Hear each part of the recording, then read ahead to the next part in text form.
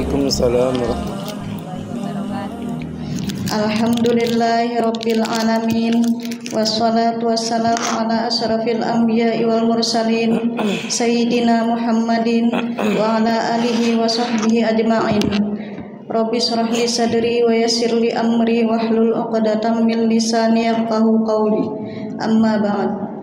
Puji syukur alhamdulillah, marilah kita senantiasa panjatkan kehadirat Allah Subhanahu wa taala atas limpahan rahmat, taufik, hidayah dan inayahnya pada kita semua, yang mana sampai saat ini masih diberikan iman, Islam dan kesehatan, sehingga pada hari ini dapat berkumpul bersama dalam majelis taklim Masjid Jabalus Salam.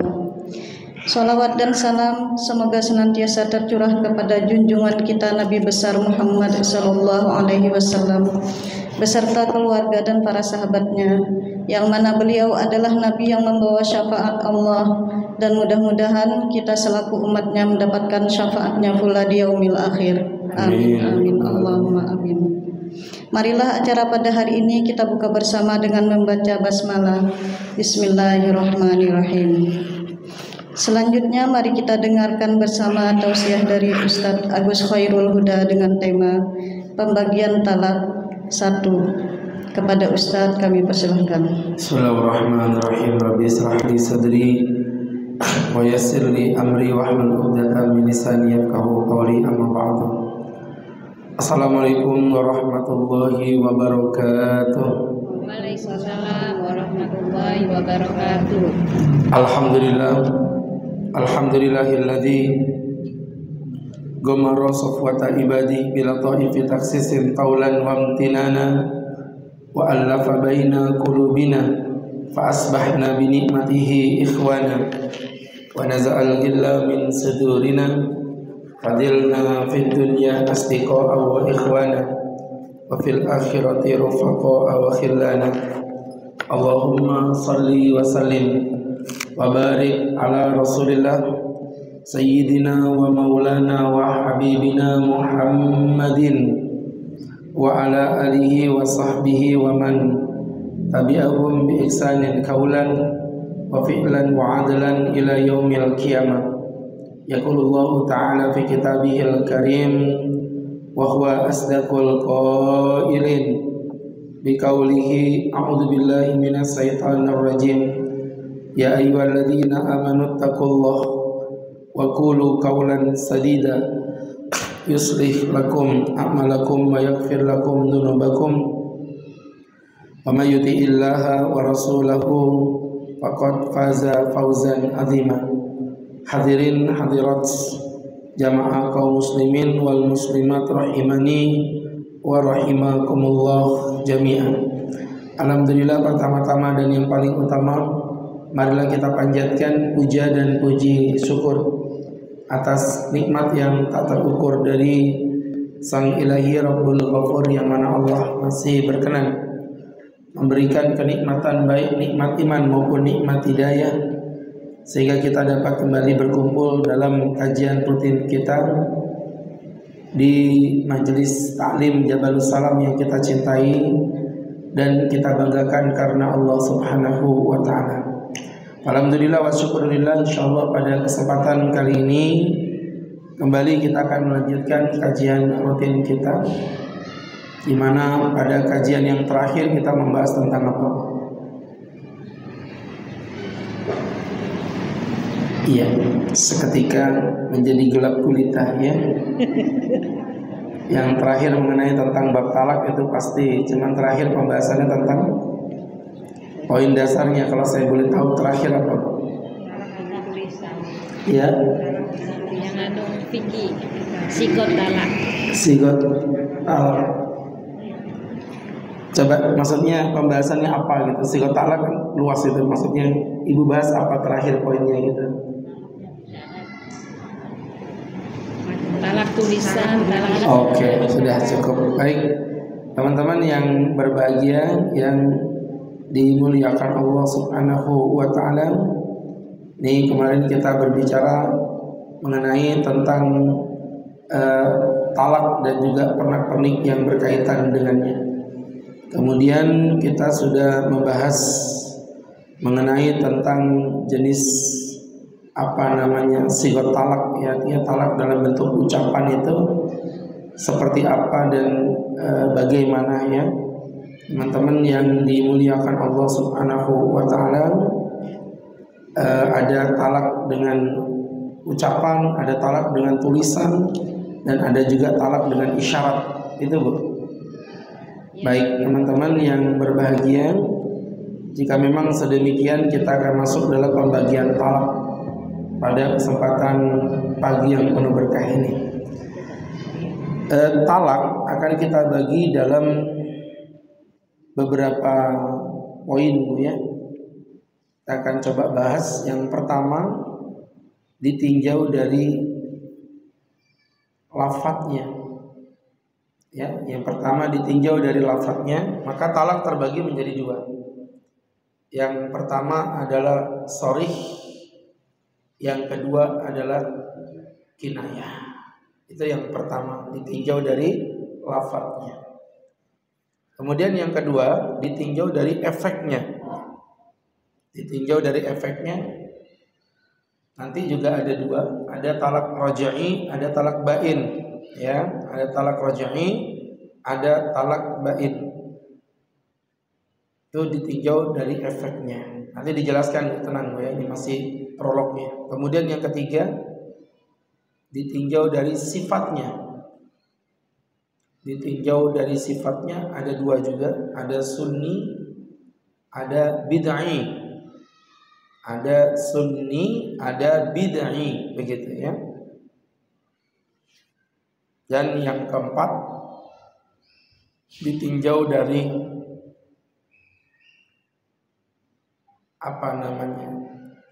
kejadian atau ketetapannya, ditinjau dari ketetapannya. Di sini ada yang munajjas, ada yang muallak. Munajjas ini yang langsung pada saat diomongin itu langsung efeknya terjadi. Ada yang muallak, digantung, maka nanti akan tergantung pada apa yang digantung. Ya, seperti contoh misalnya, aku cerai kamu jika datang bulan Desember. Maka ketika mengatakan itu belum jatuh cerai dia, tapi cerainya nanti ketika bulan Desember. Nah, ini pembagian secara global dulu ya. Jatuhnya seperti itu, ada 4. Yang pertama ditinjau dari apa? Lafadznya. Ada 2, apa tadi? Sharih dan kinayah. Yang kedua ditinjau dari efeknya. Ada roja'i, ada bain. Yang ketiga ditinjau dari sifatnya. Ada sunni, ada bid'ah. Dan yang keempat ditinjau dari ketetapannya. Jadi kapan jatuhnya, begitu. Itu ada munajjas, ada muallak. Ya, ada munajjas, ada muallak. Baik. Poin pertama mengenai tentang lafadznya terbagi 2, kinayah dan sharih. Ini sebenarnya kita udah pelajari pada kajian sebelumnya. Ya, sharih dengan kinayah. Bedanya apa? Kalau sharih menggunakan lafadz yang tidak memiliki arti kecuali talak, Bu. Begitu. Contoh, ada 2 lafadznya, yaitu talak dan cerai. 2 lafadz ini namanya sharih.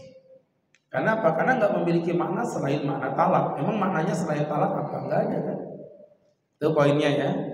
Kemudian yang kedua adalah kinayah. Adapun kinayah yang memiliki 2 makna.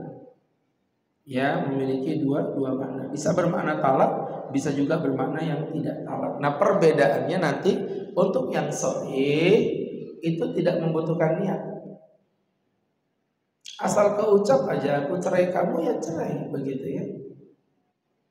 Nah, adapun yang kedua yang sifatnya kinayah, ya teman-teman yang dirahmati Allah Subhanahu wa taala, yang sifatnya kinayah ini membutuhkan niat. Kenapa? Karena lafadznya sifatnya ambigu, memiliki 2 makna. Contoh misalnya, pulang kamu ke rumah ibumu, bisa bermakna cerai, ya cerai, begitu. Tapi kalau pulang ke rumah ibumu, di rumah ibumu ada acara, kok kamu nongkrong di sini, itu berarti istrinya pemalas, begitu ya. Sehingga teman-teman yang dimuliakan Allah Subhanahu wa taala, kami mempertegas kembali itu tadi kaitan dengan ditinjau dari lafadznya. pulang kamu ke rumah ibumu, kamu bukan apa-apaku lagi, tak sudi aku memandang wajahmu, nyalah engkau dariku, ranjang ini haram bagimu, ku menangis. Begitu ya Bu, Indosiar banget ya.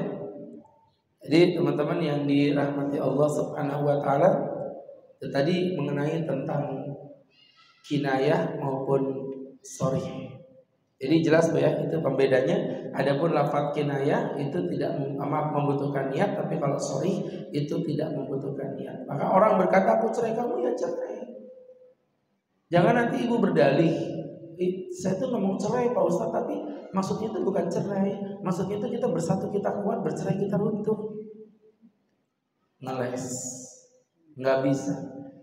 Kemarin itu saya seharian full kajian dari subuh nempel sampai malam.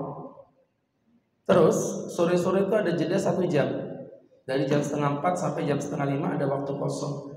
Saya bilang alhamdulillah, saya mau pulang istirahat dulu, minimal ngelurusin punggung begitu. Ternyata jam-jam 1 ada yang telepon, Pak Ustaz, saya minta tolong Ustaz, saya minta dinikahkan ulang. Saya bilang kamu ini maksudnya nikah siri? Saya nggak bisa nikahkan siri Mas, mohon maaf. Pak Ustaz, ini bukan nikah siri, nikah saya resmi, ada suratnya, cuman saya ini baru aja tadi mengucapkan cerai dengan istri. Ya, udah berapa lama? Jadi udah bulan. Perkiraan malah udah lebih 4 bulan Pak Ustaz. Ya udah, kalau memang kamu udah mengucapkan cerai sama istri, 4 bulan itu kayaknya udah lepas dari masa iddah. Nikah ulang. Jadi nikah ulang. Nah, ketika menikah ulang itu, dia bilang, Pak Ustadz kapan bisanya? Saya bilang, ya mungkin besok saya carikan waktu. Jangan besok, Tat, hari ini. Umai. Emang boleh sekebelet itu? Ya? Jadi akhirnya Ustadz nikahkan itu.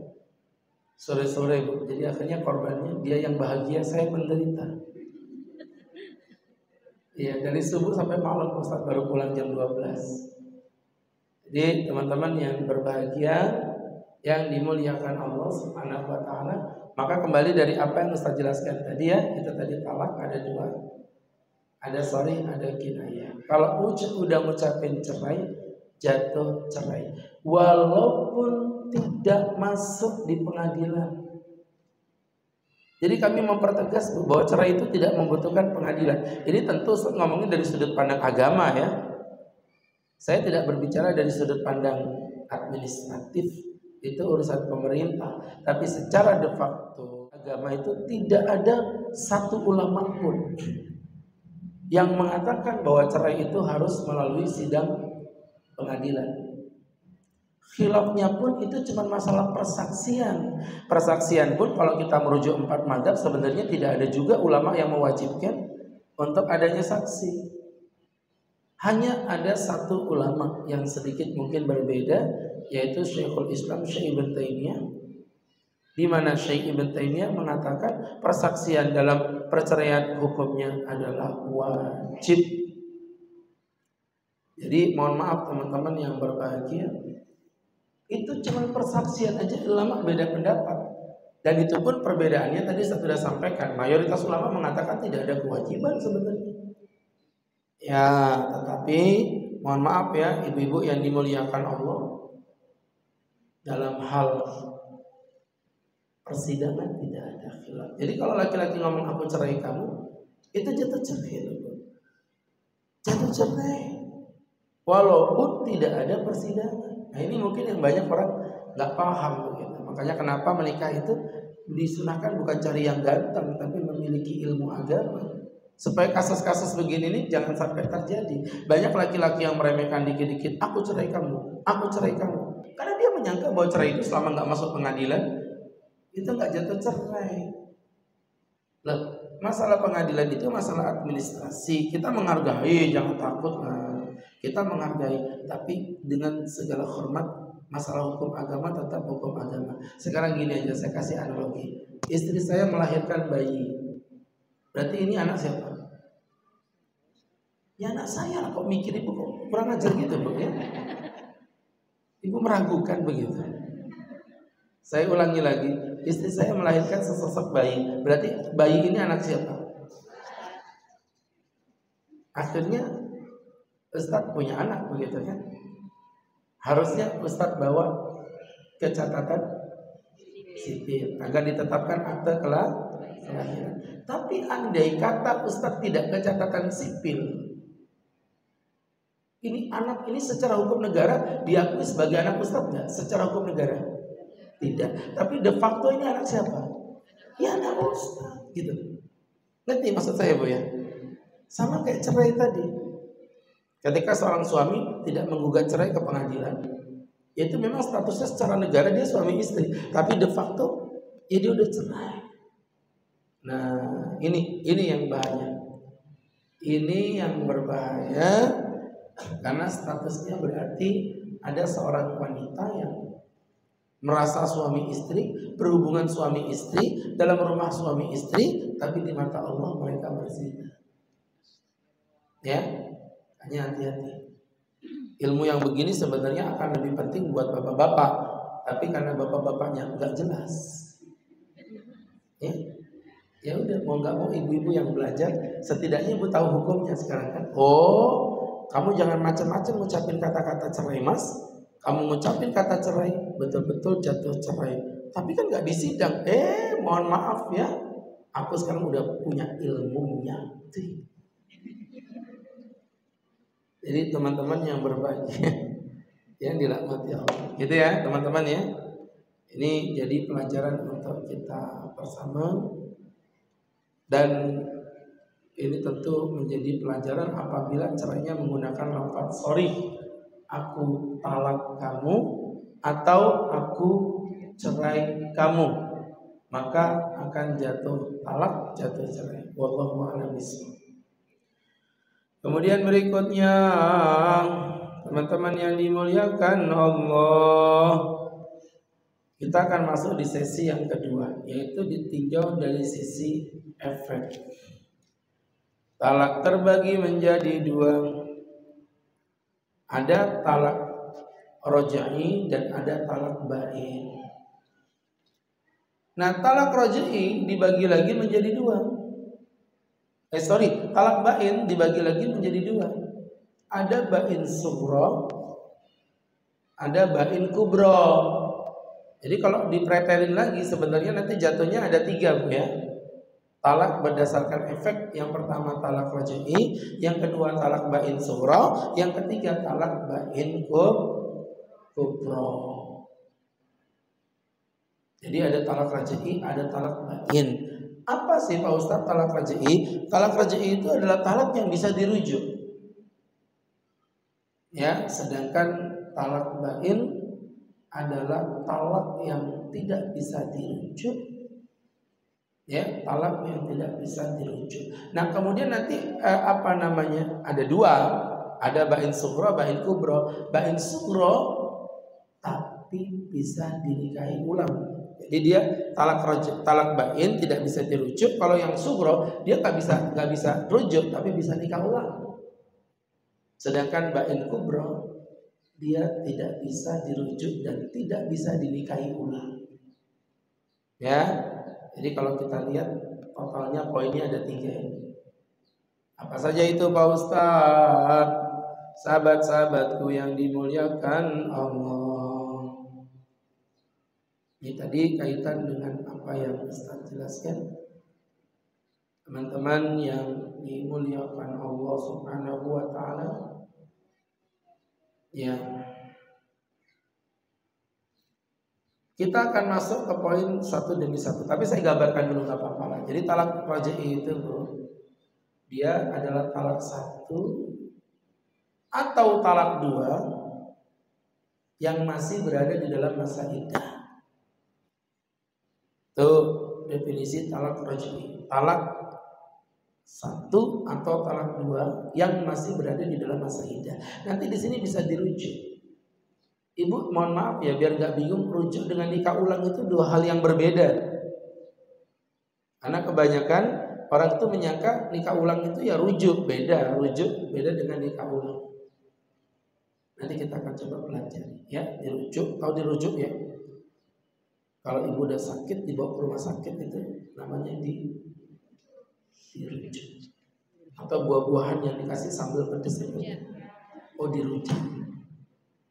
Jadi teman-teman yang dimuliakan Allah, dirujuk itu gimana maksudnya Pak Ustaz? Nah, nanti kita pelajari, tenang. Yang jelas talak rujuk itu talak rojai, talak 1 atau 2 yang masih berada di dalam masa iddah.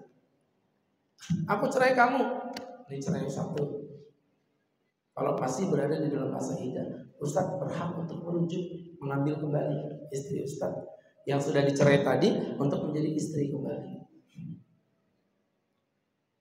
Yang kedua tadi Ustaz bilang adalah talak bain. Bain itu bain sughra adalah talak 1 atau talak 2 yang berada di luar masa iddah. Itu namanya bain sughra. Ya, itu namanya bain sughra. Talak 1, talak 2. Aku cerai kamu baru pertama, tapi masa iddah berlalu dicuekin aja. Selesai masa iddah pingin balikan lagi. Di sini udah nggak boleh rujuk. Tapi boleh apa tadi Bu? Nikah ulang. Ya, diperbolehkan nikah ulang. Jadi ada akad baru. Tuh namanya bain sughra. Nah, yang poin ketiga tadi namanya bain kubra. Bain kubra artinya talak 3. Itu definisinya. Talak 3 baik dalam masa iddah maupun di luar masa iddah. Gak ada bedanya. Kalau udah talak 3, mau masa iddahnya masih ada, mau masa iddahnya tidak ada, itu gak ngaruh, tetap masuk namanya bain kubra. Dimana kalau bain kubra tidak bisa rujuk, bahkan tidak bisa menikah ulang. Ya, kecuali apabila terpenuhi syarat-syarat tertentu. Nanti kita pelajari. Cuman secara global Bu ya, sampai si istri kawin lagi dan cerai dengan suami keduanya baru boleh dirujuk. Tapi nanti ada aturan syarat-syaratnya panjang ya. Nanti akan kita pelajari pada saat insyaallah mungkin kurang lebih di sekitar 15 tahun lagi ya. Baik. Jadi teman-teman yang dirahmati Allah, itu tadi ya gambarannya berkaitan dengan apa yang saya jelaskan. Dari sisi efek gimana Bu? Udah jelas Bu, dari ini yang paling panjang penjelasannya.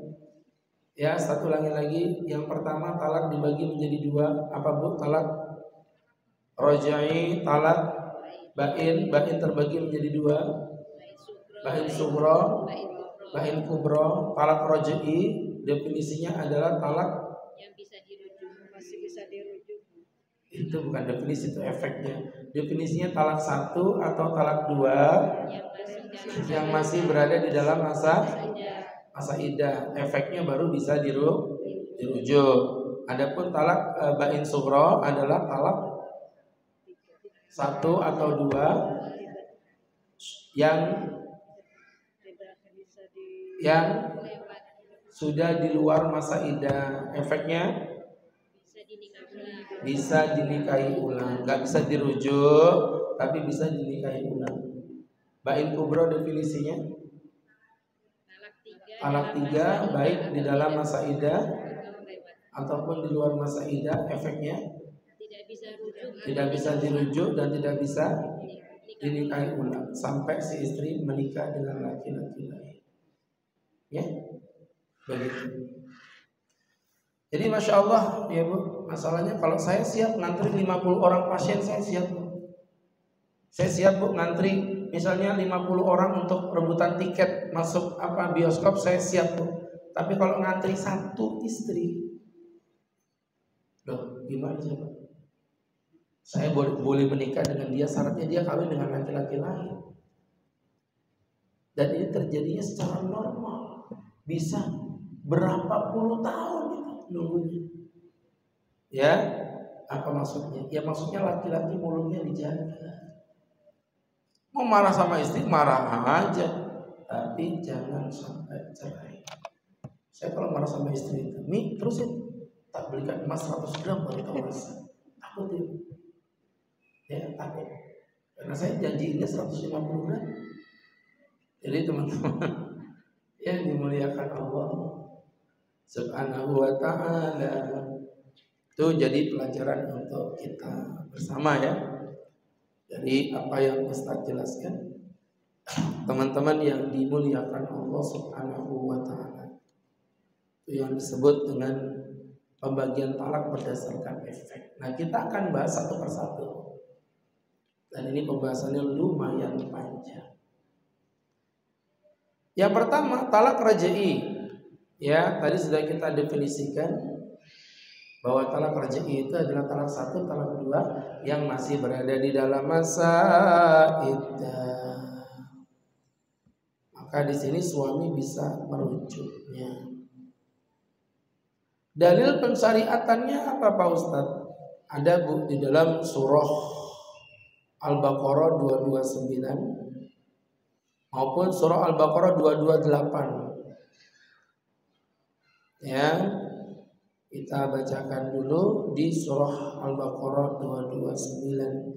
At-talaqu marratan. Talak itu ada 2 kali. Maksudnya talak 2 kali karena dulu ceritanya perempuan itu didolimi laki-laki. Laki-laki itu kalau udah benci sama perempuan, dia bilang gini, aku akan menceraikan kamu, tapi kamu gak bisa kawin dengan laki-laki lain. Gimana caranya? Caranya gini, dicerai, masa iddah mau berakhir, dirujuk. Dicerai lagi, masa iddah mau berakhir, dirujuk lagi. Terus begitu. Dan dulu tidak ada batasannya. Ceritanya awalnya begitu. Sehingga perempuan dizalimi, perempuan digantung. Padahal perempuan ini butuh kejelasan.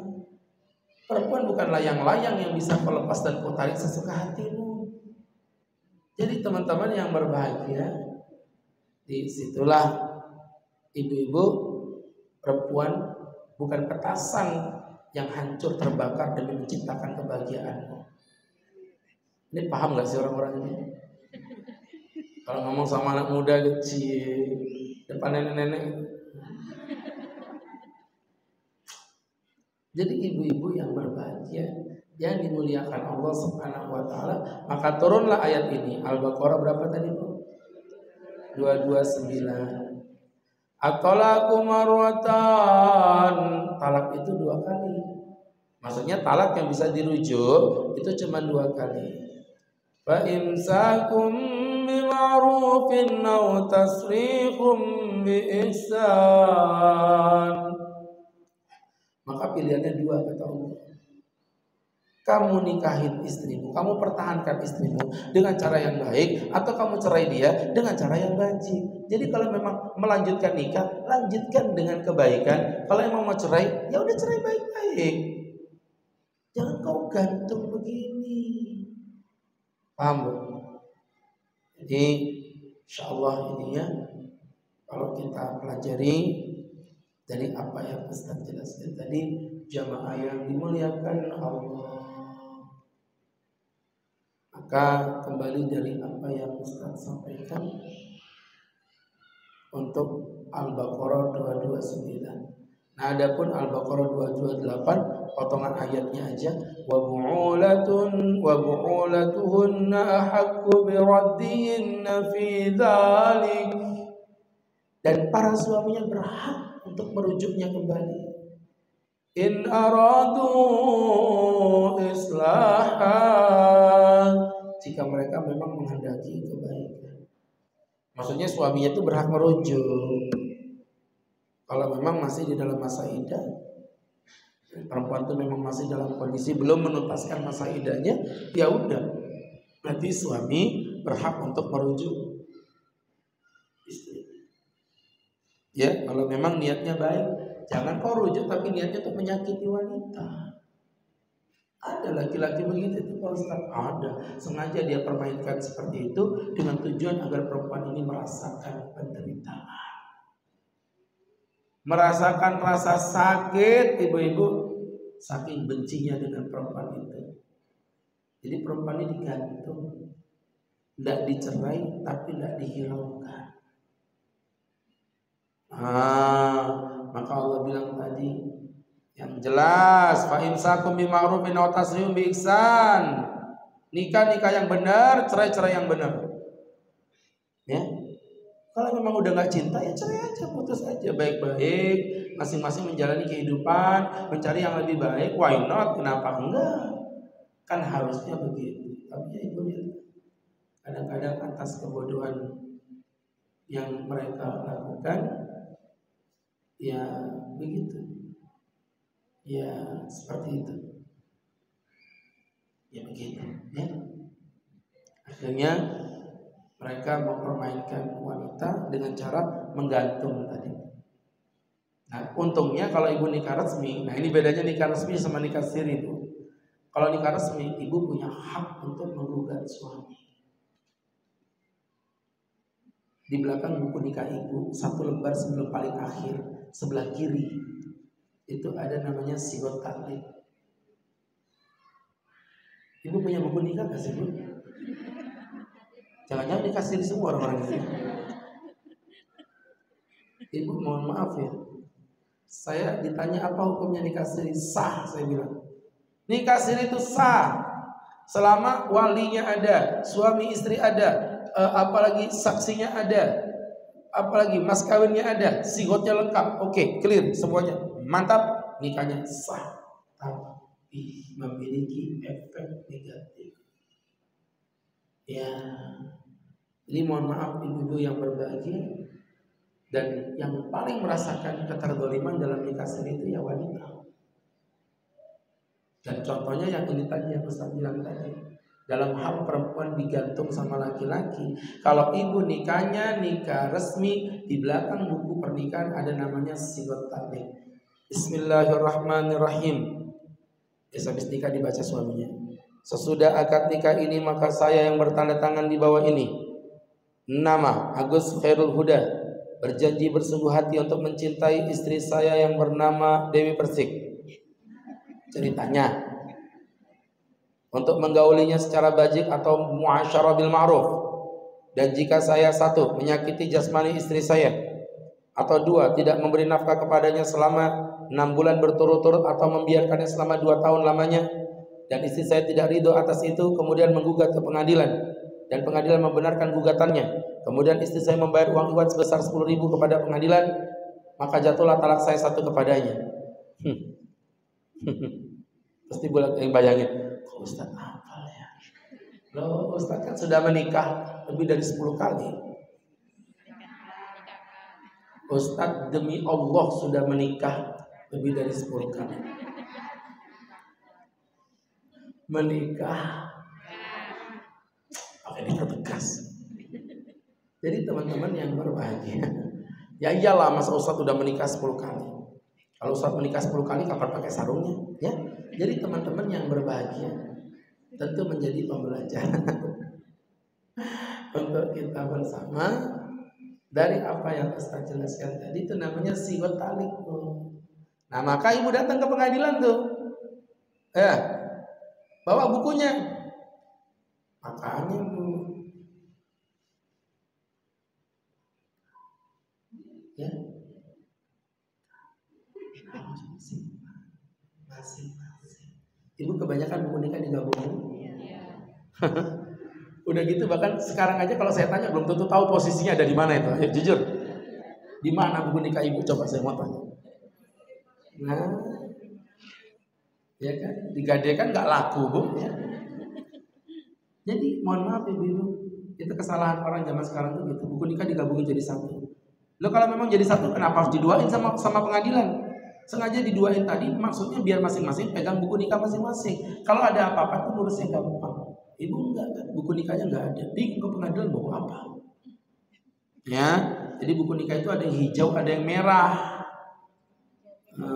Ya, ada yang pendukung PDI, ada yang pendukung PKB, begitu kan? Merah sama hijau. Jadi teman-teman yang berbahagia, bukan. Memang itu sengaja oleh kementerian dibagi dua agar nanti masing-masing bisa pegang buktinya masing-masing. Nah di situ ada sigot taklid, dilindungi di situ Bu. Nah yang menderita kalau nikahnya nikah siri, ibu kalau digantungin mau gugat kemana? Jadi sehingga tergambar Bu, ada perempuan masih muda masih muda, suaminya nikah siri, ditinggal pergi, kawin lagi dengan perempuan nggak tahu di mana, dan dia nggak pernah mencerai istrinya ini. Saya bilang kamu tetap istrinya. Sampai dia mengucapkan kata-kata cerai.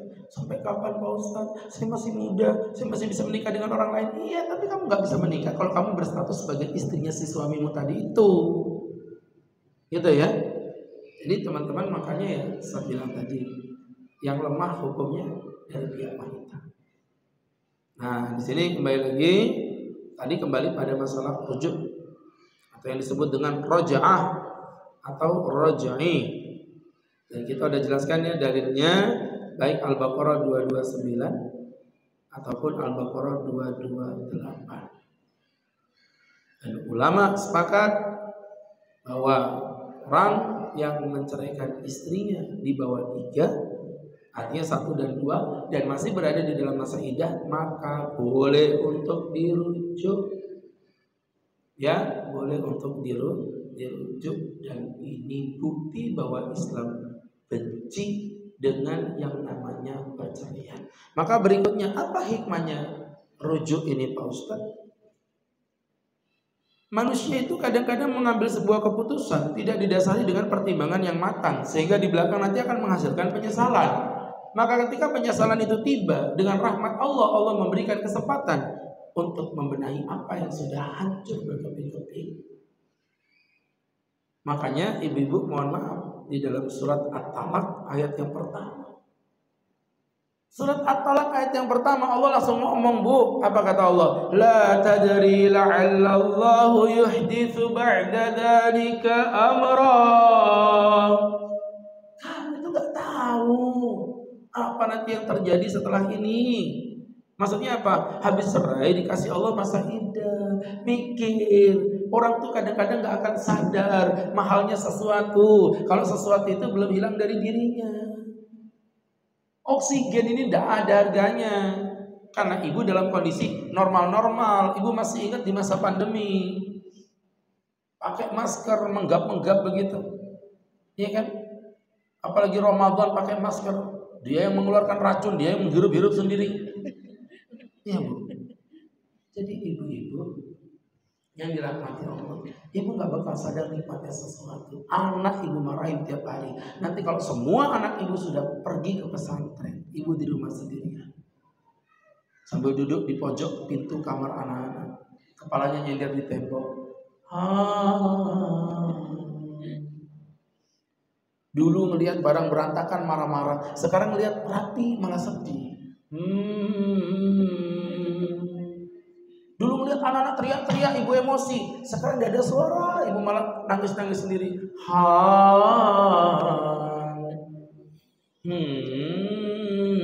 Suaminya megangin kipas angin, kena rambut ibu terkipai gitu. Jadi ibu, banyak hal yang kita remehkan di saat ada, tapi kita sedihkan di saat dia tidak ada. Nah, kenapa ada masa iddah? Ini dengerin Ustaz, dengerin Ustaz, dengerin Ustaz. Ketika suami benci sama istrinya, aku cerai kamu, udah pisah dulu. Calling down, tahu calling down? Yang jalanan-jalanan ditutup itu loh, yang masa Covid itu. Oh, lockdown itu beda ya. Ini calling down.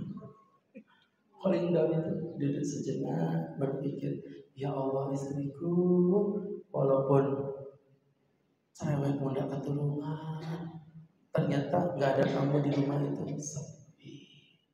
Si istrinya juga gitu di pojokan rumah mamanya. Ya Allah suamiku, walaupun kalau tidur ngorok, keteknya bau, kalau kentut keras depan mukaku, ya Allah. Tapi ternyata nangenin. Bu, ada loh Bu, seorang perempuan itu nangis, gak bisa tidur setelah suaminya meninggal. Saya tanya kenapa ibu gak bisa tidur? Saya kangen dengan suara ngoroknya Pak Ustaz. Orang dengar ngorok gak bisa tidur itu biasa. Ini gak dengar ngorok malah gak bisa tidur. Buka rekaman di YouTube, cari suara ngorok, nanti ada suara. Ya. Jadi teman-teman yang berbahagia, yang dimuliakan Allah Subhanahu wa taala, ini jadi pelajaran. Karena sesuatu yang biasa didengarkan itu ya Ya enak-enak. Sama aja kayak orang yang tinggal di sepinggan itu. Itu mau pesawat lewat kenceng, nggak ada gerak sama sekali. Itu kenceng Bu, saya punya pengajian di jalurnya pesawat mau landing, mau turun, ngeri Bu. Kopi rasanya.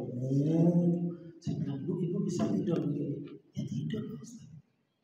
Kalau musim haji itu jam 12 itu pesawat lewat itu biasa. Itu ya karena udah terbiasa. Jadi teman-teman yang dimuliakan Allah, kembali ke laptop. Jadi yang Ustaz jelaskan tadi ya. La tadri la'alla Allah yuhdithu ba'da dhalika amran. Kamu tidak pernah tahu apa yang terjadi setelah itu. Maksudnya habis cerai siapa tahu hatimu berubah. Makanya sama Allah dikasih masa iddah untuk masih bisa merujuk istrinya. Jadi kalau perempuan itu dicerai suaminya, ibu tuh jangan kegeeran. Malam dicerai, paginya buat status Bismillah, memulai hidup menjanda. Hashtag 2024 ganti suami. Asar jika ya. Yusuf kalah Pak Ustaz, janda kegatelan. Jadi teman-teman yang berbahagia, ibu kalau dicerai sama suami, talak 1, talak 2, masih di masa iddah, ibu bukan wanita tercerai, ibu itu masih punya suami. Apa buktinya? 1, suami masih wajib nafkahi ibu. Itu kan gitu tuh, suami kalau nggak punya ilmu ya nggak gini nih mana paham. Jadi laki-laki itu kalau nyerah istrinya masih di dalam masa iddah, itu suami masih wajib nafkahi dia. Dan itu nggak sebentar loh, sekitar 3 bulan lebih loh. Masih wajib nafkahi.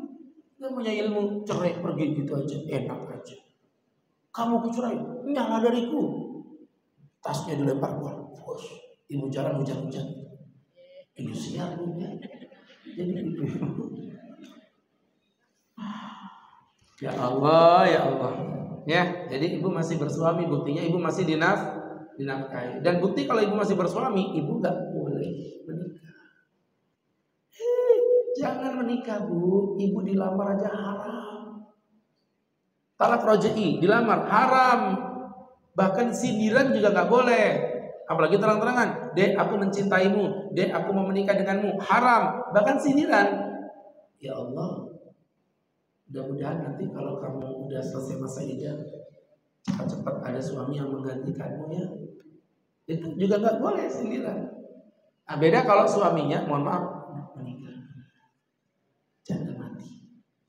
Janda mati nggak boleh dilamar terang-terangan. Aku mencintaimu, tetap nggak boleh. Kenapa? Karena keluarga suami nanti tersinggung. Tapi kalau sindiran nggak apa-apa. Wanita sesolihah kamu hanya layak mendapatkan laki-laki yang soleh. Ya Mas, makasih. Dek, kenalkan, namaku Muhammad Soleh. Jadi teman-teman yang dirahmati Allah, ini cuma orang cerdas yang memahaminya ya. Yang tua-tua pada bingung. Ngomong. Jadi ibu yang dirahmati Allah Subhanahu wa taala. Maksudnya apa maksudnya? Sindiran dulu, malam ini gelap sekali, tidak ada bintang di atas langit. Pasti mendung Mas? Enggak deh, bintangnya ngumpul di matamu. Jadi ibu ya, dek 1 tambah 1 berapa? Ya 2 Mas. Enggak deh, ada 7. Kok bisa Mas? 2, 7. Bisa, iya. Karena aku nggak bisa menduakan kamu tujuan dalam hidupku. Jadi dia dapat inspirasi cie. Nanti dipraktikkan ke suaminya, Mas, 1 tambah 1 berapa? Ya 2 dek 7 Mas, goblok kamu, goblok. Kok gini Mas ceritanya, tadi nggak gini Mas, kata Ustaz tadi nggak gini. 1 tambah 1 ya 2 atau kok 7 gimana? Ya Allah Mas, tadi nggak gini loh Mas. Jadi teman-teman, niatnya gini, ekspektasinya beda. Jadi teman-teman yang berbahagia, ini tentu jadi pelajaran untuk kita bersama. Baik, kemudian kita masuk ada poin berikutnya, hukum-hukum rujuk. Ya, berarti syarat untuk rujuk ada beberapa poin. Yang pertama, syarat untuk rujuk adalah talak 1 atau talak 2.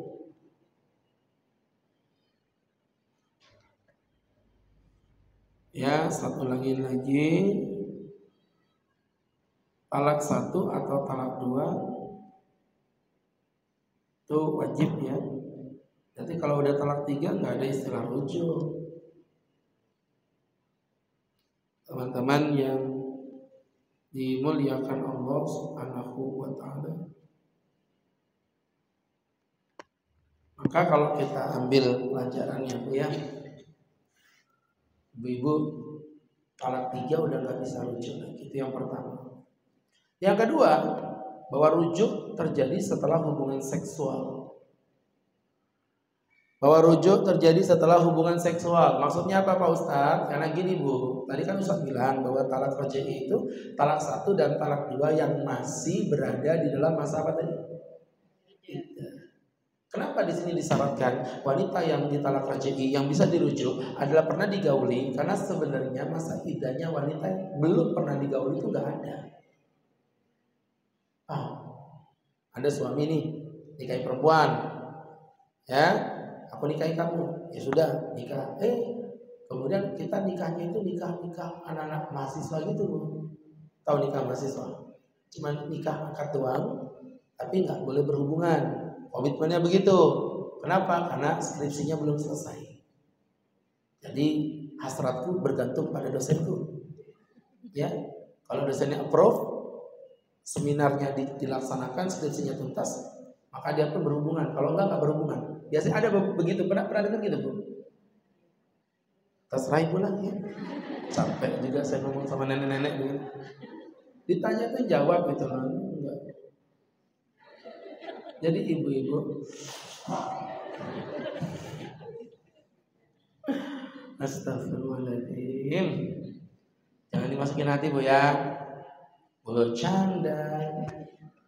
Jadi teman-teman yang berbahagia, jadi ada Bu pernikahan begitu. Jadi dia istilahnya kayak gini loh, sering kok saya nemu di masyarakat itu, laki perempuan ada lontang lantung kemana-mana berdua-duaan. Kan orang tua kan takut nanti jadi ada apa-apa. Ya udah nikah dulu ya. Tapi nikah dulu kan masalahnya kuliahnya tanggung. Nanti kalau misalnya nikah takutnya malah terbengkalai, nggak jadi lulus kan sayang, tinggal dikit lagi. Akhirnya solusinya apa? Ya udah kita nikahkan, tapi nggak boleh berhubungan ya. Begitu bahasanya. Sampai masa bukan masa iddah ya, masa skripsinya tuntas.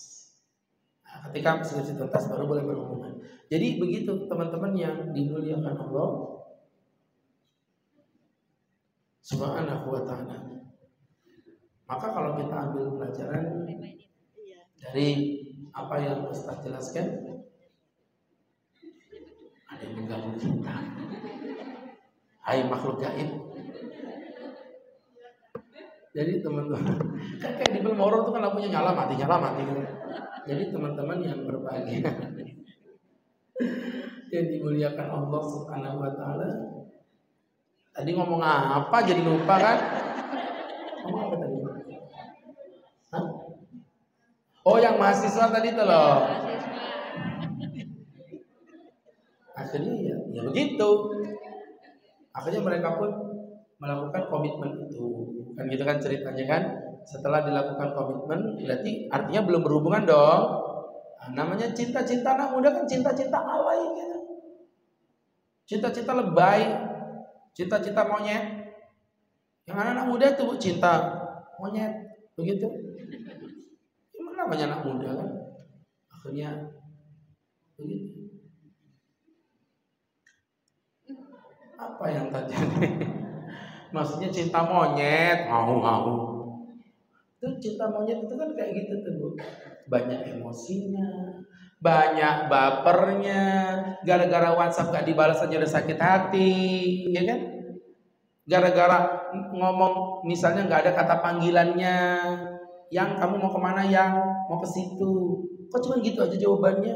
Mesti mau ke situ yang begitu, puyang. Gara-gara gak ada tanda panggilannya, gara-gara ngetik WhatsApp misalnya manggil nama hurufnya huruf kecil. Lo ada yang begitu tuh, saya kenyang kok ngadepin masalah-masalah kayak gitu. Sakit hati, gara-gara apa bu? Gara-gara DP WhatsApp profilnya nggak ada foto sama dia. Ya masalah-masalah kayak gitu yang nggak jelas gitu tuh dipermasalahkan. Emosi lah yang lagi. Aku cerai kamu. Ku menangis. Bu? Itu gak ada masa idahnya. Karena belum digauli. Loh, kan idah itu membersihkan rahim. Memang kita belum belajar idah ya, nanti ada pembahasannya. Masa idah itu membersihkan rahim. Kalau misalnya perempuan belum digauli, idah apa belum digauli kok idah? Gitu, paham maksudnya Bu ya? Nah karena dia belum digauli, berarti kan nggak ada idahnya. Karena nggak ada idahnya, berarti otomatis tidak ada talak roj'inya. Langsung dia Bu ke bait sughra Bu. Jadi kalau masih mau lanjut pernikahan bisa, tapi nikah ulang, nggak bisa rujuk. Itu maksudnya. Nah jelas Bu ya? Nggak, soalnya kalau saya mau ngomong syarat talak raj'i belum digauli gitu aja ya bisa, ibu tulis aja. Tapi ibu kan nggak paham kenapa perempuan belum digauli kok nggak ada talak raj'inya. Maka saya jawab ini tadi. Jadi udah ketemu jawabannya. Kenapa Bu perempuan yang belum digauli tidak ada talak raj'inya? Karena kalau belum ada digauli berarti tidak ada masa iddah. Sedangkan talak raj'i hanya dilakukan di dalam masa iddah. Berarti kalau nggak ada masa iddahnya, otomatis juga tidak ada talak raj'inya. Dah, paham ya? Wajahmu itu lo gak meyakinkan. Orang paham ya? Paham tak? Kan keren, paham ya? Jadi teman-teman, jadi teman-teman, iya, kalau ditanya bareng-bareng paham. Dites satu-satu ya bingung juga dia. Jadi ini ilmu Bu. Mohon maaf Bu, saya nggak sombong Bu, saya nggak sombong. Ini cuma sedikit takabur aja. Ilmu yang kayak begini Bu, kalau nggak ibu pelajari yang kayak gini, saya nggak yakin dibahas. Ibu coba ikut pengajian yang umum-umum. Paling temanya tema-tema sabar, istiqomah, gitu ya. Ya bagus sih, nggak salah loh, saya nggak menyalahkan loh ya. Cuma maksud Ustadz yang kayak gini-gini ya nggak tahu. Jadi cuma sabar aja. Diapa-apain suaminya, sabar. Dicerai, dirujuk lagi sampai 15 kali, sabar. Ya Bu. Nah kalau udah kayak gini kan belajar, ibu udah tahu ilmu. Apalagi kejadian begini nih ya, saya nggak doain ibu tertimpa masalah ini, tapi kejadian ini memang sejujurnya sering terjadi di masyarakat. Iya Bu, jujur, betul nggak Bu? Nah, ya kayak gitu malah jarang dikaji. Ya pembahasannya jarang dikaji. Kalaupun masuk fikih paling-paling ya fikih sholat, fikih puasa, fikih wudhu, ya kan? Yang kayak begini jarang dikaji dan jarang dipelajari. Dah. Itu yang kedua, teman-teman. Jadi wajib berhubungan seksual baru ada namanya talak raj'i. Yang tuh maksudnya seperti itu. Jadi untuk yang menikah belum digauli itu hati-hati ya. Kalau belum digauli diceraikan masih tidak bisa dirujuk lagi, tidak bisa. Begitu. Kemudian yang ketiga, merujuknya di tengah-tengah masa iddah. Lama sepakat itu ya.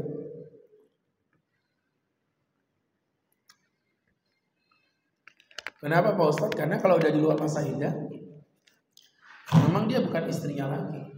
Nah, lanjutan dari cerita Ustadz yang tadi yang ibu posting tadi itu, belajar hidup menjanda tadi itu, kan saya bilang nggak boleh tuh. Kan ibu masih punya suami. Ini boleh ibu lakukan kalau masa iddah berakhir. Masa iddah berakhir hari ini tuntas. Ambil tulisan FB. Bismillah. Semoga Allah hadirkan jodoh yang terbaik. Jika kamu tertarik, jangan lupa like, share, comment, and subscribe. Jadi teman-teman, itu baru benar, artinya tuntas sudah masa iddahnya. Berarti ibu udah gak punya siapa-siapa lagi. Udah gak punya suami. Mau dilamar orang boleh, terang-terangan boleh. Yang penting nggak ngapa-ngapain ya, cuma dilamar doang. Seperti itu Bu, karena jujur aja kalau saya pribadi janda itu rekomendasinya selama memang masih membutuhkan seksual, nikah. Dosa gaya-gayaan. Oh iya. Kenapa Bu? Mohon maaf. Satu, untuk diri ibu juga jadi mudorot. Karena akan tersebar fitnah. Oh fitnah banget Bu. Janda tuh fitnah banget. Ibu mohon maaf ya. Ini contoh nih. Ustadz nakal nih ceritanya nih. Ustadz naik motor gonceng anak perawan.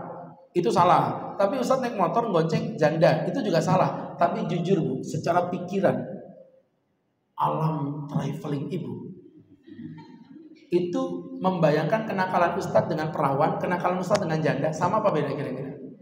Beda. Kalau dengan perawan paling Pak Ustadz tuh pacaran, bahasa begitu. Tapi kalau dengan janda,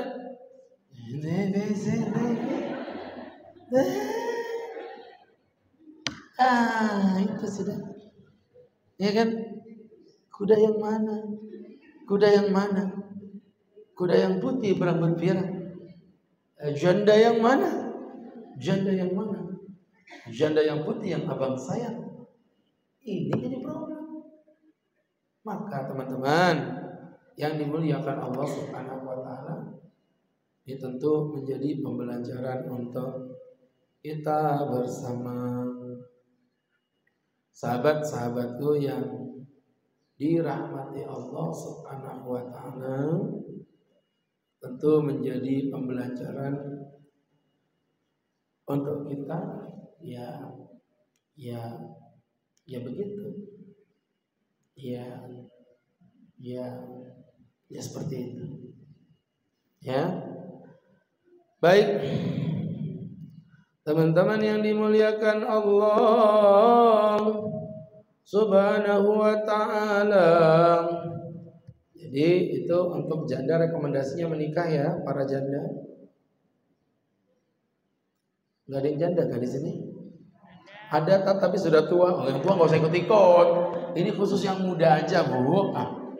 Ini khusus yang muda-muda aja.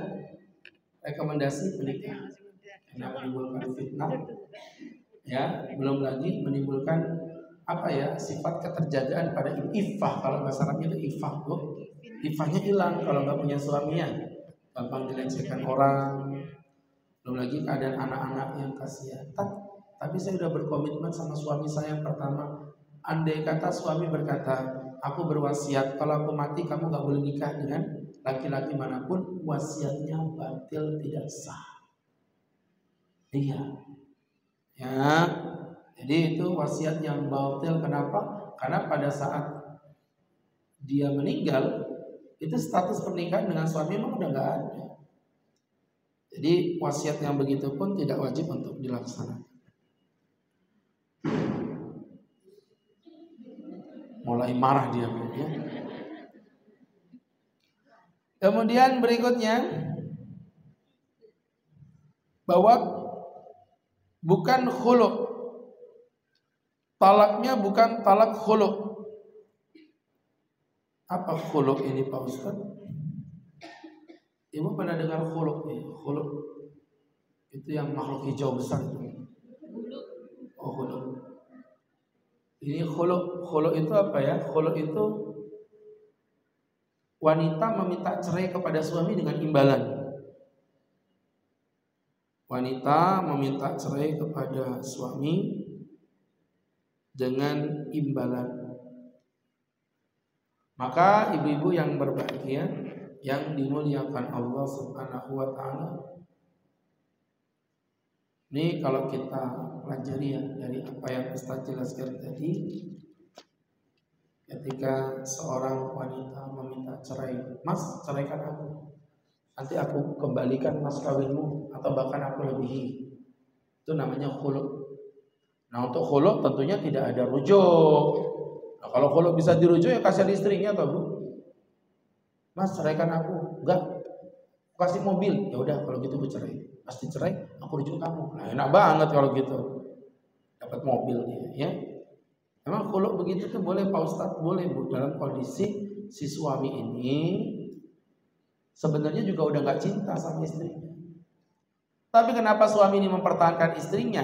Dengerin, karena dia merasa rugi mengeluarkan mas kawin yang sebegitu mahalnya untuk istrinya. Maka solusinya, daripada istrinya tersiksa dan terdolimi, ya udah kalau gitu kita cerai, tapi nanti aku kembalikan mas kawinnya sama kamu. Itu tadi yang disebut dengan khulu. Baik teman-teman yang dimuliakan Allah, dan yang terakhir Bu, antakuna raj'a munajjaza, bahwa rujuk tidak boleh digantung.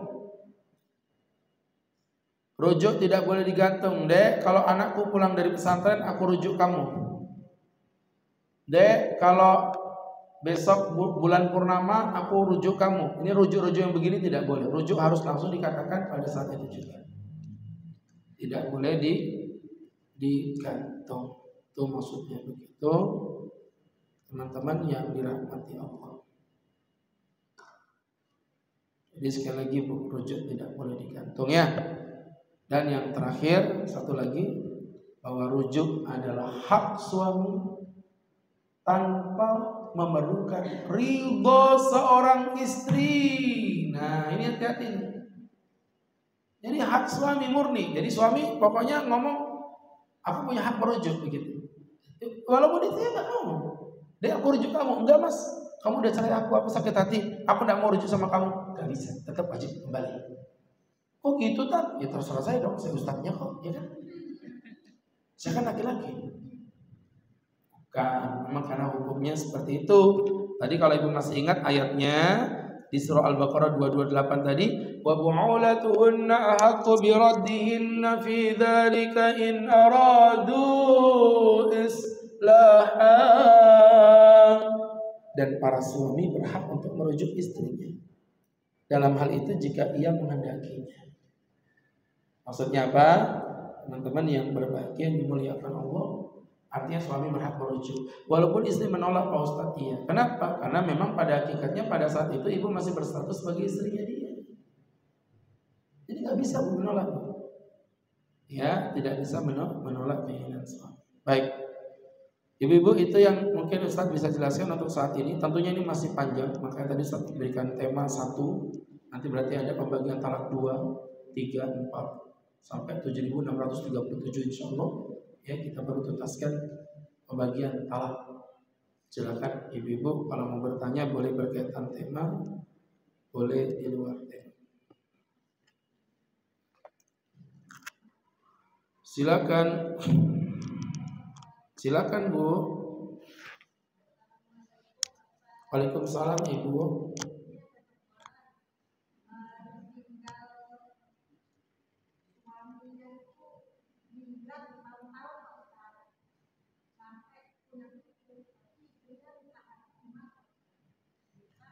Ya nggak apa-apa. Artinya di situ statusnya si istri asalkan dia ikhlas dan ridho menjalani hidupnya. Iya, saya paham. Ya nggak apa-apa, itu kan pilihan hidup Bu ya. Cuman kalau ibu bertanya ini bukan, pertanyaan ibu bukan begitu, dirubah begini. Menurut Ustadz bagusnya gimana? Nah saya akan jawab, kalau itu menurut saya bagusnya dituntaskan. Karena apapun yang sifatnya menggantung itu pasti nggak bakal enak begitu kan? Statusnya kan gantung. Dibilang punya suami nggak ada, dibilang punya istri, dibilang nggak punya suami, faktanya dia punya suami. Jadi kalau maksud Ustadz lebih bagus dituntaskan. Karena itu nanti berkaitan dengan banyak hukum loh Bu. Kalau masih misalnya kayak belum cerai, kalau meninggal itu tetap nanti akan ada hak waris di situ. Kalau nanti digugat, kemudian keluarga sana, kamu kan sudah istrinya lama, nggak ada hubungan sama si suamimu lagi, kelahi nanti jatuhnya seperti itu. Jadi maksud saya gini, kalau dibilang papa nggak apa-apa, ya nggak apa-apa lah. I am not father. Yes, I am not father. Saya not. Tidak, father, papa, saya tidak papa. Aku rapopo itu loh Bu ya. Bahasa Inggrisnya itu kan I'm not father. Jadi teman-teman ya berbahagia. Ya dirahmati Allah, nggak masalah. Kalau dia mau melakukan itu yang penting dia sabar. Dan tentunya dia nggak boleh menikah loh ya, si perempuan itu tetap nggak boleh menikah dengan siapapun karena berstatus sebagai istri. Yang nikah lagi istrinya apa suami? Ya nggak boleh lah. Iya toh ibu ini. Kan berarti masih bersuami dia kan. Ngerti nggak sih yang saya bahas dulu? Kalau orang yang begitu itu tetap suami istri, tetap kayak ibu dengan suami ibu tuh loh, walaupun mau berpisah 20 tahun, itu tetap suami istri normal. Nah kalau ibu masih punya suami, ibu nikah lagi sama laki-laki lain boleh nggak? Nggak boleh. Hukumnya apa berarti? Poliandri ya. Poliandri haram. Kecuali kalau lakinya yang nikah dengan perempuan lain masih diperbolehkan. Tapi kalau yang perempuannya haram. Makanya saya bilang tuntasin dulu dengan suami yang pertama. Beresin. Nah itu nikahnya resmi apa siri? Ya bukan, yang kayak Ustaz cerita tadi itu loh. Perasaan kita kayak gasing gitu putar-putar di tempatnya. Yang tadi saya jelasin tadi lah. Masih ingat gak tadi? Bukunya dibawa ke pengadilan. Gugat. Suami saya tidak menafkahi saya selama 6 bulan. Suami saya meninggalkan saya selama 2 tahun. Ya udah. Seperti itu. Baik. Siapa tadi? Tadi siapa ngomong tadi?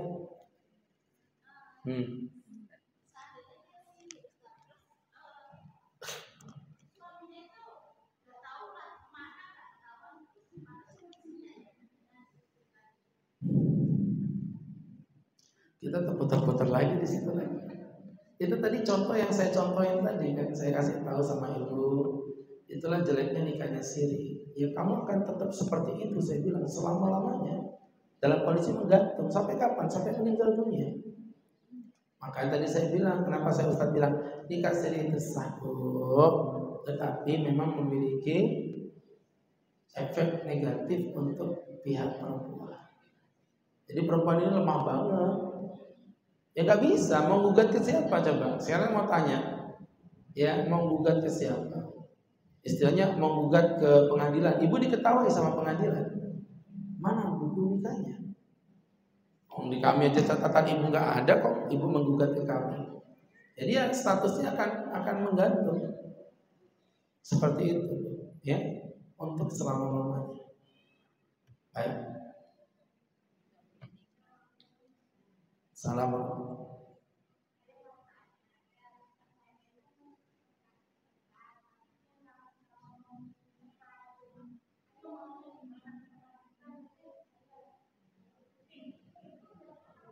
Enggak, itu bukan cerai sama sekali. Maunya gimana? Mau ke pengadilan? Ayo kita jalan-jalan. Siapa tahu sampai situ ada kafe, ngopi bareng ya. Jadi itu bukan cerai sama sekali sih kalau bahasa saya. Apalagi dengan bahasa maunya gimana, itu pertanyaan. Kalau talak itu bukan pertanyaan. Bu pakai bahasa talak aja. Kalau kata-kata begini, kamu mau talak kah? Dan istrinya nggak jawab apa-apa, nggak jatuh. Kecuali kalau kamu mau talak kah, istri bilang iya, jatuh talaknya. Itu namanya talak mufawwad, talak yang diserahkan. Ya, jadi perkataan yang seperti itu tadi itu bukan talak.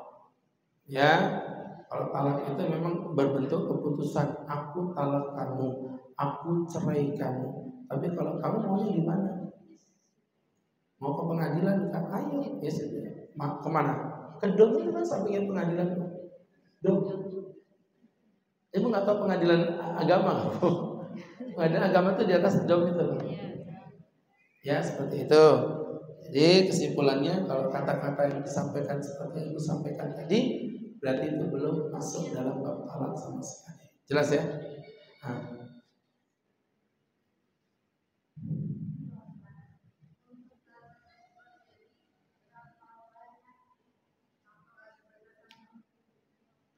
Tadi yang dibilang tadi berapa kali?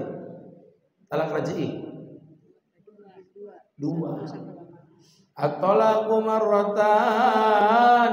Kata Allah tadi, talak itu ada 2 kali. Fa imsakum bima'rufin aw tasrihum bi ihsan.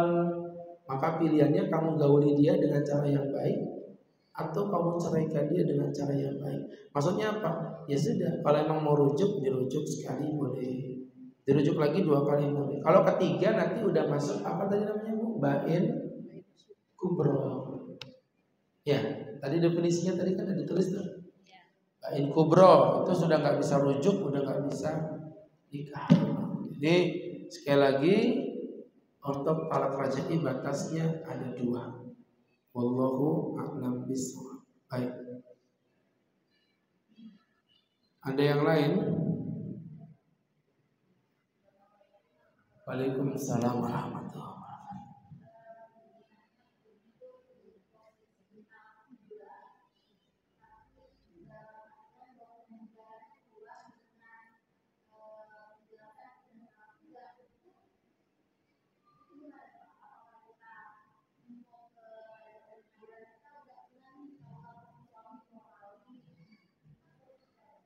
Jadi gini Bu, Ibu jangan bingung. Kalau masalah pemerintahan administratif, tadi kan sudah saya jelaskan ya, itu masalah yang berbeda. Itu status hukum negaranya. Tapi kalau kita bicara tentang hukum agama, de facto-nya aja terjadinya gimana? Kayak tadi yang saya contohin anak tadi tuh, yang saya bawa ke catatan sipil atau tidak dibawa ke catatan sipil, itu kan tetap anak saya, nggak berubah hukum sama sekali. Sama kayak tadi, de facto-nya aja, de facto-nya talak berapa? Talak 3, tapi di pengadilan tercatatnya talak 1, ya tetap talak 3 hitungannya. Karena pengadilan itu berdasarkan administratif. Ketika nanti saling mengakui aja, kami udah talak 3 Pak. Jadi artinya ketetapannya minta ditetapkan dengan talak 3. Jadi nggak bisa dirujuk lagi untuk selama-lamanya, kecuali kalau ibu kawin lagi dengan laki-laki lain. Begitu. Kalau nanti lagi-lagi berkaitan dengan itu, kalau nikah lagi dengan laki-laki lain, kalau dalam versi agama ya nikah siri pun sudah selesai. Misalnya ibu habis ditalak 3, ibu cerai sama suami ibu, ibu kawin dengan laki-laki lain, nikah siri. Kemudian ibu cerai lagi dengan suami yang nikah siri tadi, balik lagi ke suami yang talak 3 tadi, boleh. Tapi kalau nanti secara negara kan ditanya lagi, kamu mau nikah lagi udah punya bukti menikah enggak? Saya udah nikah Pak Hakim, mana? Nikah siri, nggak bisa. Jadi memang nggak bisa dicampur aduk antara hukum negara dengan hukum agama, itu agak susah. Itu berkaitan dengan hukum administratif begitu ya. Memang yang ideal sih kalau memang kita melakukan cerainya dicatat di negara, melakukan nikahnya juga dicatat di negara supaya tidak menimbulkan kesalahpahaman di masa-masa yang akan datang. Sama kayak tadi, Ustadz lebih afdolnya memang kalau bisa punya anak ya didaftarkan ke catatan sipil. Ya kan, biar tidak menimbulkan masalah di kemudian hari. Begitu. Ya. Waalaikumsalam warahmatullahi wabarakatuh.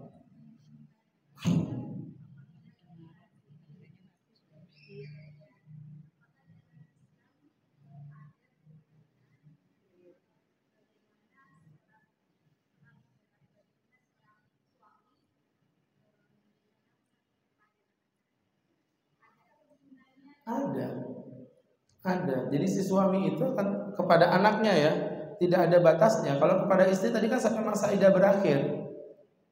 Kalau kepada istri, ketika masa iddah berakhir berarti suami udah nggak wajib nafkahin istrinya. Tapi kalau kepada anaknya, dia akan tetap memberi nafkah kepada anak-anaknya. Nggak ada mantan anak Bu. Batasan memberi nafkah itu jelas sampai balik. Itu mau cerai mau tidak cerai. Ini kalau kita ngomong hukum Islam ya. Secara hukum Islam itu kepada anak itu kewajiban menafkahi ketika anak itu belum balik. Itu walaupun dalam kondisi menikah nih, saya dengan istri punya anak, itu saya dengan anak itu kewajiban memberi nafkah itu hanya sampai balik. Walaupun tuh anak masih suami istri nih, apalagi tadi ibu contohnya sudah berpisah nih, udah bercerai nih, tetap sama, nggak ada bedanya. Sampai masa balik itu kalau kita ngomong nafkah. Nah, cuman kan kadang-kadang kan kenapa anaknya udah balik kok masih dinafkahi? Ya itu kembali ke masalah yang tadi saya sampaikan tadi, berkaitan dengan masalah akhlak dan adab sebagai orang tua. Tapi kalau kewajiban syariatnya memang hanya sampai masa baliknya. Begitu, wallahu a'lam. Yang lain?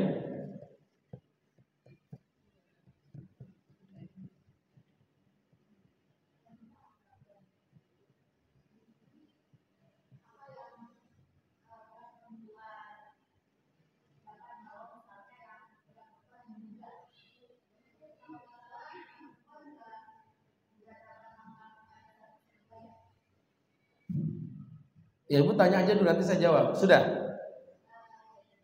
Oke, jadi kalau memang pertanyaannya itu lagi-lagi saya harus menjelaskan, Ibu harus membedakan antara hukum administrasi negara dengan hukum agama. Ya, kalau di dalam yang Ibu sampaikan tadi itu hukum administrasi negara yang betul. Perempuan kalau menggugat suaminya, dia tidak mendapatkan harta golongan gini dari suaminya. Itu kalau versi pemerintah. Tapi kalau versi Islam itu udah clear bahwa sebenarnya kalaupun istri menggugat suami, itu pun sebenarnya yang menceraikan kan bukan istrinya, tapi siapa? Pengadilan. Jadi yang melakukan perceraian itu cuma dua. Kalau tidak suami ya pengadilan. Istri itu hanya bisa menggugat. Nah, kaitan dengan itu nanti kalau udah dijatuhkan misalnya perceraian di dalam masa iddah ini, apakah suami tetap wajib memberi nafkah? Oh, tetap wajib. Seperti yang tadi kita jelaskan tadi, standar hukumnya sama, tidak ada bedanya. Ya, yang cuman kadang-kadang ya tadi yang membuat sedikit agak rancu ketika hukum agama dengan hukum undang-undang positif ini berbeda, jadinya agak rancu, ya. Nah, sehingga kami mempertegas untuk hukum agama, walaupun si istri yang menggugat ke pengadilan itu si istri tetap berhak mendapatkan nafkah dari suaminya sampai masa iddah berakhir. Setelah masa iddah berakhir, tentunya ibu sudah bukan istrinya, dan dia memang tidak berhak mendapatkan nafkah apapun dari suami. Baik, ibu yang berbahagia, kita cukupi sekiannya. Kemudian bisa diambil manfaat dan dapat diambil hikmah untuk kita bersama. Dan mari kita tutup kajian kita dengan bersama-sama membaca doa kepada Allah Subhanahu wa ta'ala. Amin amin hamdulillah rabbil alamin hamdan wa fi ni'ama wa yukafi mazidah. Ya Rabbana lakal hamdu kama yanbaghi li jalali wajhika wa 'azimi sultanik. Allahumma salli wa sallim wa barik ala rasulika sayyidina Muhammadin fil awwalin wal akhirin wa fi kulli waqtin wa hin wa fil mala'il a'la ila yaumiddin. Inna nas'aluka salamatan fid din wa afiyatan fil jasad wa ziyadatan fil ilmi wa barakatan fil rizqi wa taubatan qabla al maut wa rahatan indal maut wa maghfiratan ba'da al maut awin alaina fi sakaratil maut wal afwa indal hisab wan najata minan nar. Rabbana atina fid dunya hasanah wa fil akhirati hasanah wa qina adzaban nar. Rabbana wa sallallahu ala sayyidina Muhammadin nabiyil ummi wa ala alihi wa sahbihi wa sallam warzuqna lahul mutaba'ati lahu dhahiran wa batinan ya arhamar rahimin. Bifadli subhanaka rabbika rabbil izzati amma yasifun. Salamun alal mursalin walhamdulillahi rabbil alamin. Terima kasih, semoga bermanfaat. Billahi taufiq wal hidayah. Assalamualaikum warahmatullahi wabarakatuh.